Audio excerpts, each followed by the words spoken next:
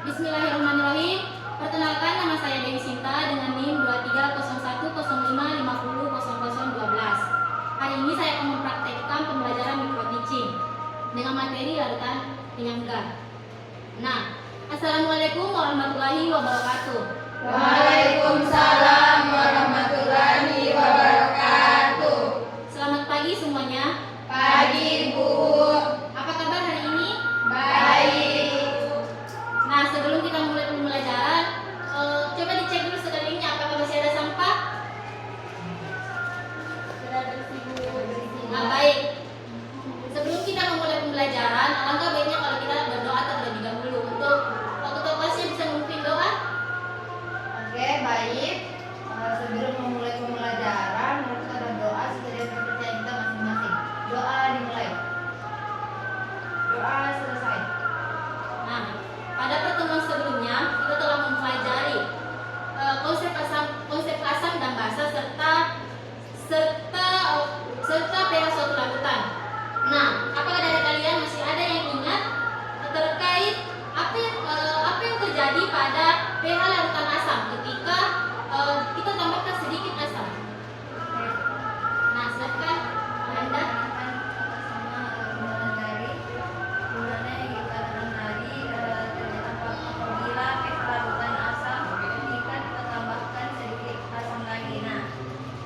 Jawaban saya itu penambahan sedikit asam hanya menyebabkan perubahan pH yang sangat kecil karena ion aminnya itu dalam larutan penyangga akan menetralkan H+ yang masuk.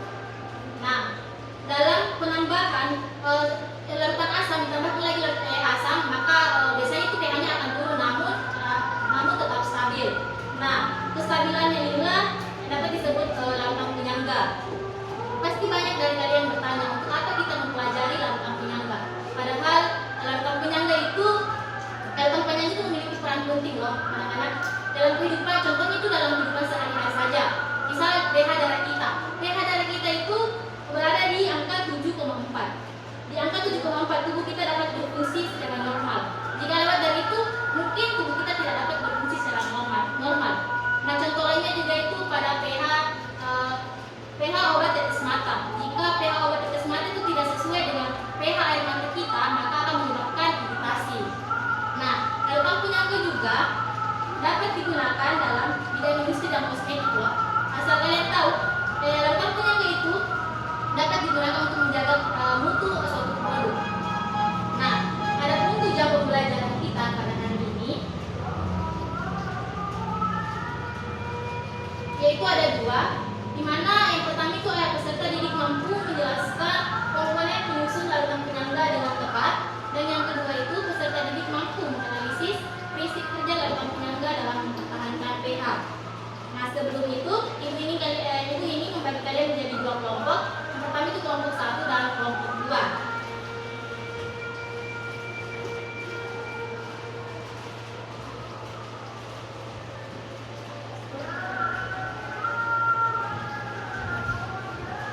Nah, bisa kalian buka LKPD-nya. Di bagian lembar pertama itu terdapat gambar. Nah, di bagian gambar tersebut dapat kalian lihat di mana gambar pertama itu bukan larutan penyangga, memiliki pH 7, kemudian ditambahkan HCl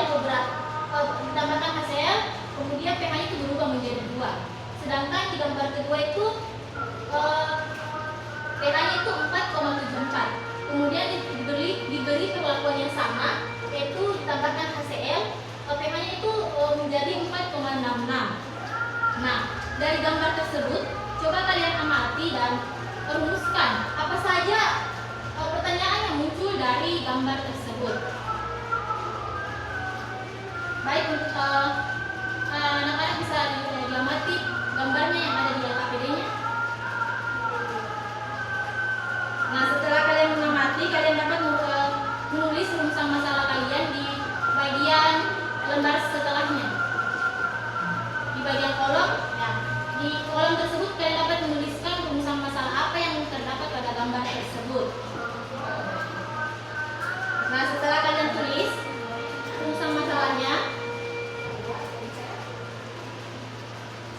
saya tulis rumusan masalahnya.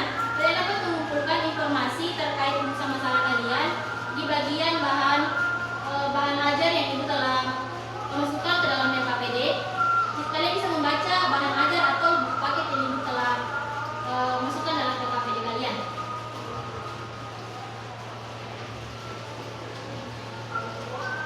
Apa kalian sudah mengisinya? Sudah, Ibu. Nah, setelah kalian mengumpulkan data, kalian bisa menuliskan informasi apa saja yang kalian dapat melalui diskusi kelompok.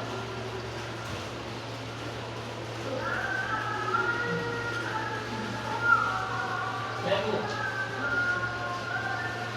Apakah kalian sudah menuliskannya? Sudah, Ibu. Jika kalian sudah tuliskan, coba dari perwakilan kelompok, kelompok 1 terlebih dahulu untuk mempresentasikan hasil diskusinya.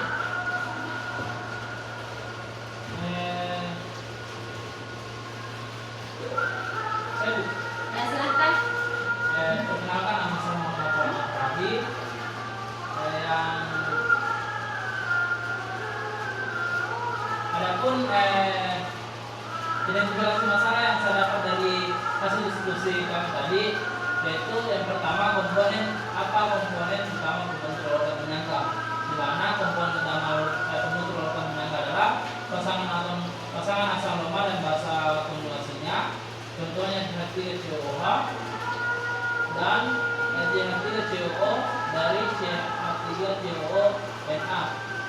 Dan yang kedua ada pasangan basa lemah dan asam konjugasinya, dengan contohnya itu NH2 dan NH4+ dari NH4Cl. Nah, sudah bagus. Berikan aku untuk teman kalian. Selanjutnya untuk kelompok 2 mempresentasikan hasil diskusinya. Ya, silahkan. Baik, yang kedua itu bagaimana prinsip kerja lakukan penyangga. Adapun prinsip kerjanya yang pertama yaitu mekanisme. Pada larutan penyangga basa, yang pertama ada mekanisme mengandung basa lemah dan juga asam konjugasinya. Kemudian setelah asam ditambahkan, ion hidrogen akan bereaksi dengan ion amonium untuk membentuk amonia NH3 dan air H2O. Kemudian saat basa ditambahkan, ion hidroksida akan bereaksi dengan amonia untuk membentuk ion amonium dan air sehingga pH tidak naik secara signifikan. Kemudian pada prinsip kerja lakukan penyangga basa yang pertama, mekanismenya itu mengandung asam lemah, misalnya CH3COOH dan basa konjugasinya, misalnya CH3COO+. Saat asam ditambahkan, ion hidrogen yang baru akan bereaksi dengan ion asetat untuk membangun asam asetat CH3COOH sehingga konsentrasi ion hidrogen tidak bertambah secara drastis. Kemudian saat basa ditambahkan, ion hidroksida akan bereaksi dengan asam asetat CH3COOH untuk membentuk air H2O dan ion asetat CH3COO- sehingga pH tidak naik secara signifikan. Baik, berikan aku untuk teman kalian. Baik, penjelasan dari dua kelompok sudah bagus. Namun ibu ini memberikan sedikit penjelasan terkait komponen penyusun larutan penyangga, di mana komponen penyusun larutan penyangga itu terbagi menjadi dua.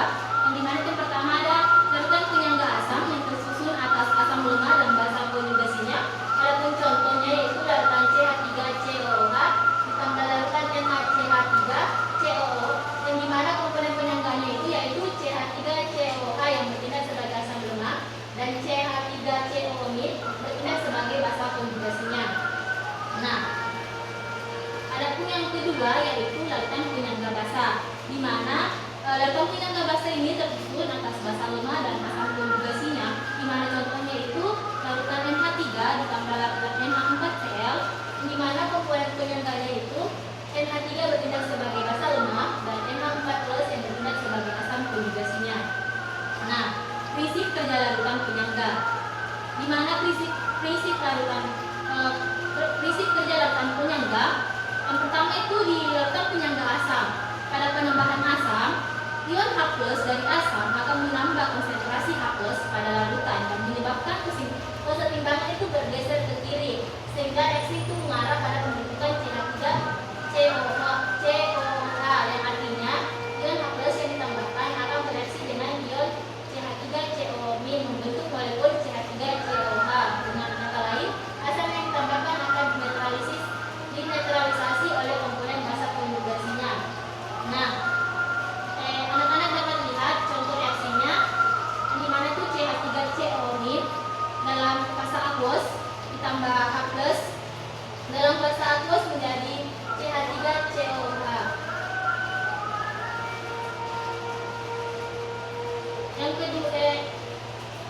kedua, pada larutan penyangga basa itu ada pada penambahan basa.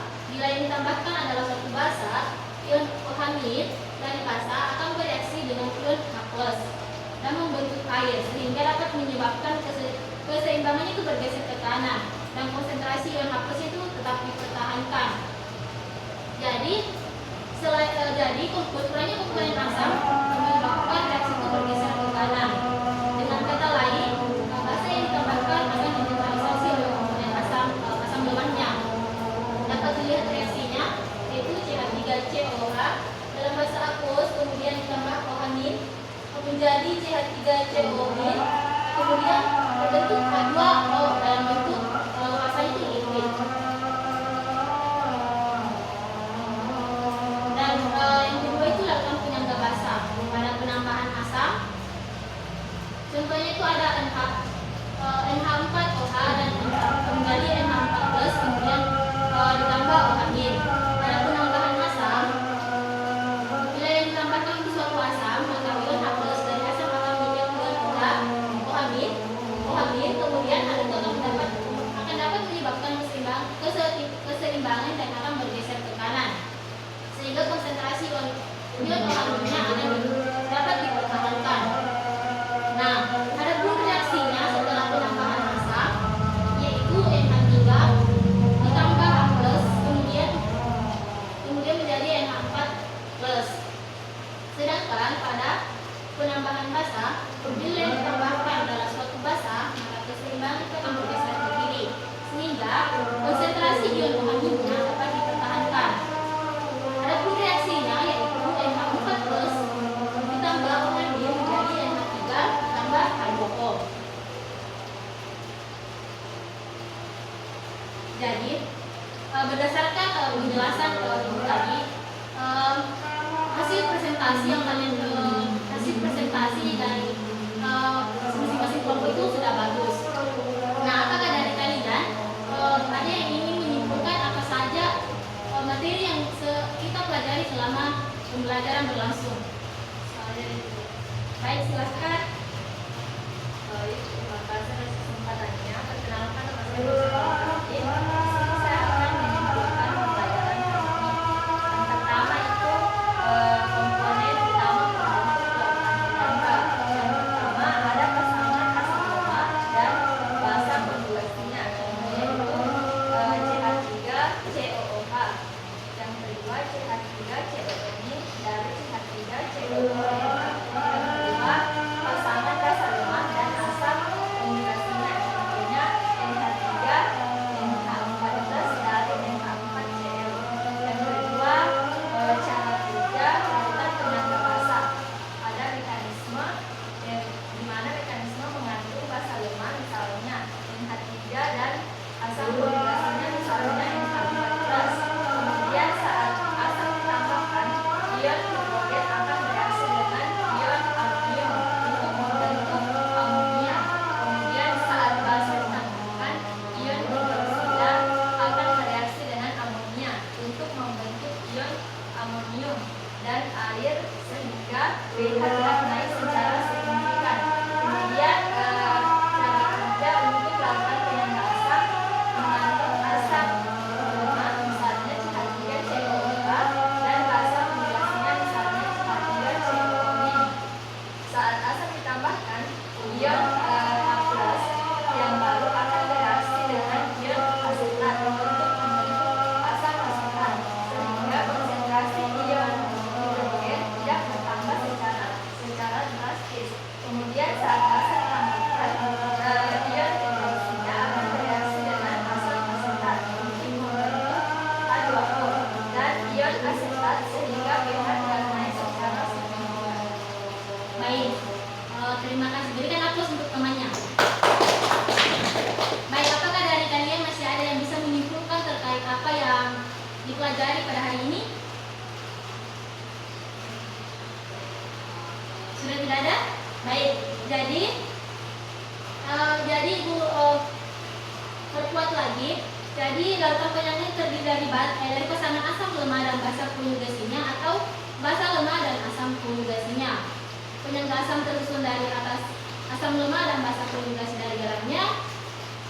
Bahasa penyangga bahasa tersusun atas bahasa lemah dan asam konjugasi dari gerannya, dan adapun prinsip kerja dalam penyangga yaitu ketika ditambahkan sedikit asam pada penyangga asam, ion amin menetralkan ion H+, penyangga basa lemah menetralkan ion H+, dan ketika ditambahkan sedikit basa pada penyangga asam itu asam lemah menetralkan ion OH- dan pada penyangga basa itu ion BH+ menetralkan ion OH-.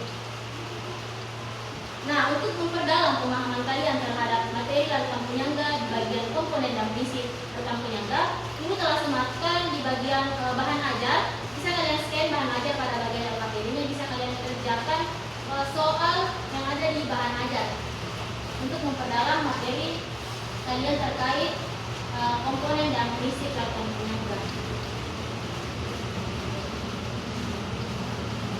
Sudah Ibu? Baik.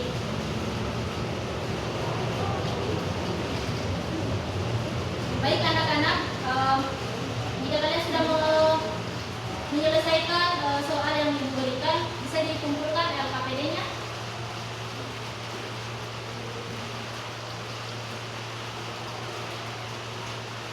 Baik, pembelajaran hari ini kita akhiri.